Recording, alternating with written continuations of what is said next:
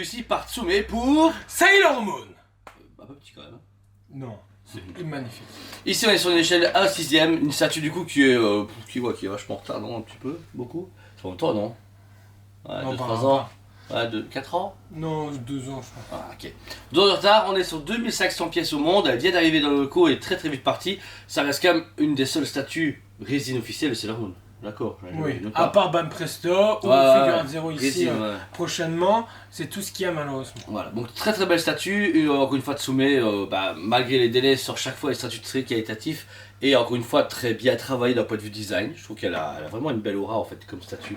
C'est cool, tout est pensé pour le, je sais pas, pour l'animé ou pour le manga. C'est version manga ou animé? Manga ça?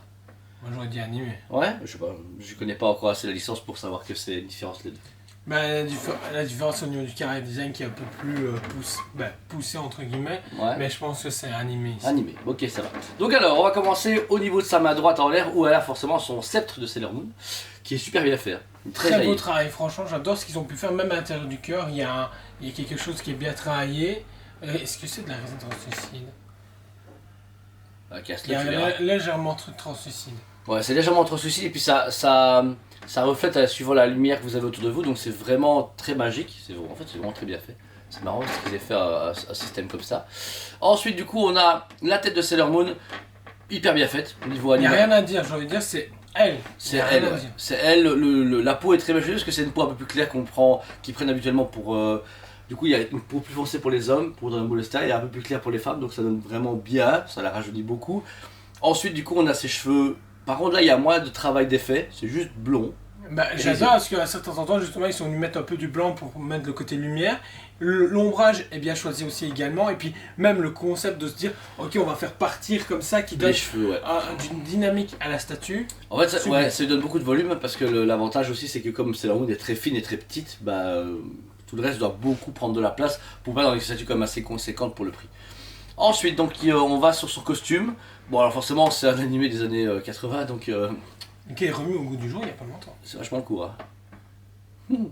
Ah bon, je dirais rien. C'est très asiatique. Ouais c'est ça. Donc du coup on a sa tunique, son costume qui est parfait. Je trouve que ce travail est vraiment génial. Surtout qu'ils ont mixé un petit peu les travails de résine et de peinture. Franchement même au niveau du nœud on voit qu'il y a je sais pas comment expliquer, mais grâce à la peinture, on a un autre travail que le reste du costume. Donc ça c'est marrant. Et même au niveau justement des bandes de couleurs, là aussi ils sont venus un peu épaissir pour avoir cette double couche qui donne vraiment un beau travail. C'est vraiment cool. Alors juste derrière elle, il y a le nœud qui est en train du coup de se défaire en résine translucide ou en PVC translucide. En PVC. Ouais, le problème en fait il faut savoir que tout se fixe et que il faut bien les fixer et si tu touches trop, ça se déboîte, tu vois. Voilà, parce qu'il y a Laurent là, ou je sais pas qui là sur vidéo, c'est Laurent sur vidéo. Laurent. Il a montré l'unboxing et c'est super cool, mais en fait il faut que, tu vois, il faut chaque fois la serrer et la fixer avec des petits trucs.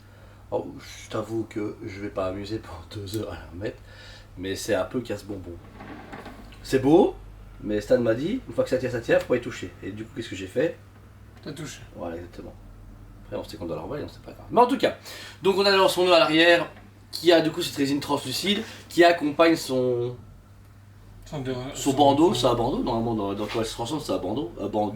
En tout cas ça a l'effet d'un bandeau. Ça a l'effet d'un bandeau. C'est cool parce qu'ils ont gardé du coup, c'est un travail très précis mais qu'ils ont rendu translucide pour ce côté magique, ce côté transformation, c'est super cool. Justement ce bandeau, alors ça c'est vraiment la grosse merde à mettre, réellement. Dans le sens que vous devez mettre d'abord Sailor Moon et après vous devez, en fait il a montré en vidéo, tu dois prendre l'anneau et le faire tourner. Donc c'est que tu prends la base, un tire-bouchon. Comme un tire-bouchon, et après tu le fixes. Moi c'est le gros problème que j'ai avec Tsume, je les adore, je les surkiffe, pour moi c'est le fabricant numéro 1, il n'y a rien à dire, désolé pour tous les autres. Mais c'est au niveau des fois emboîtage ou tout ça, tu me fais... C'est beau, tu te fais waouh ça claque, mais le montage tu te fais j'ai envie de les fraiser, j'ai envie de les dégommer. Ils abusent des fois, ils pensent pas au montage et ça, parce qu'eux ils le font une fois, mais il y a des gens qui le font partout etc. Et c'est très chaud et qui sont pas spécialistes dans les montages.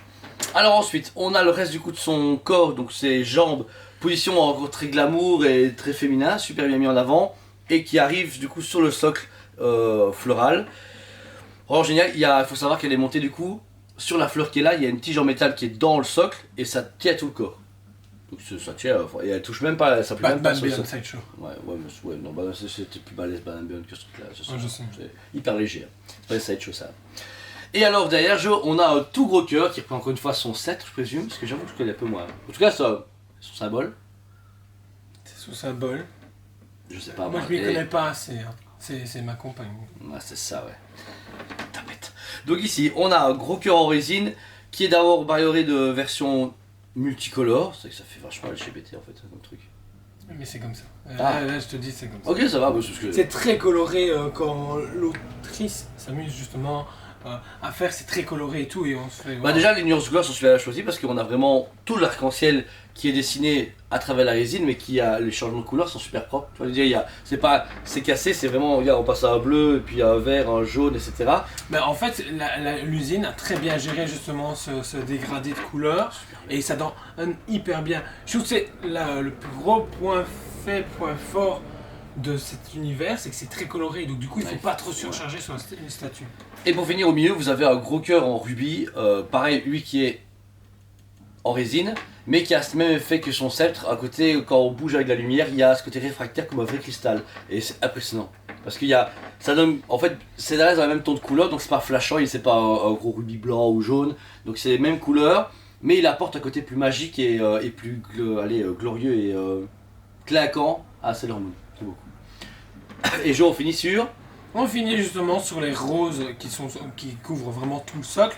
J'adore au niveau de la sculpture, ça donne hyper bien, et au niveau peinture, ils ont pensé de se dire, ok, une rose c'est pas forcément la même couleur partout. Donc du coup, ils sont amusés avec des différents couleurs roses, que ça soit plus flashy, plus clair, plus pastel, et avec des nuances de blanc un peu à certains endroits pour les bouts. Donc c'est hyper bien pensé. Tout est monté d'un coup, il n'y a rien à monter en fleurs. Je vous dis, franchement. T'imagines voir mettre toutes les fleurs. Ouais, ça te fait chiant.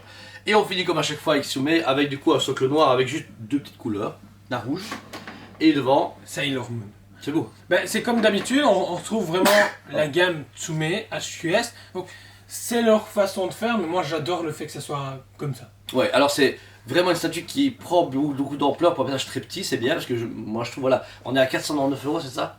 499 €. Pour 2500 exemplaires, c'est bien, bon prix, rapport qualité-prix, etc. C'est produit à 6ème, et heureusement qu'ils ont augmenté la taille avec ses tissus, avec ses cheveux, etc. Parce que sinon, t'aurais juste Sailor Moon comme ça à droite, tu te serais dit, putain, c'est vachement petit en fait.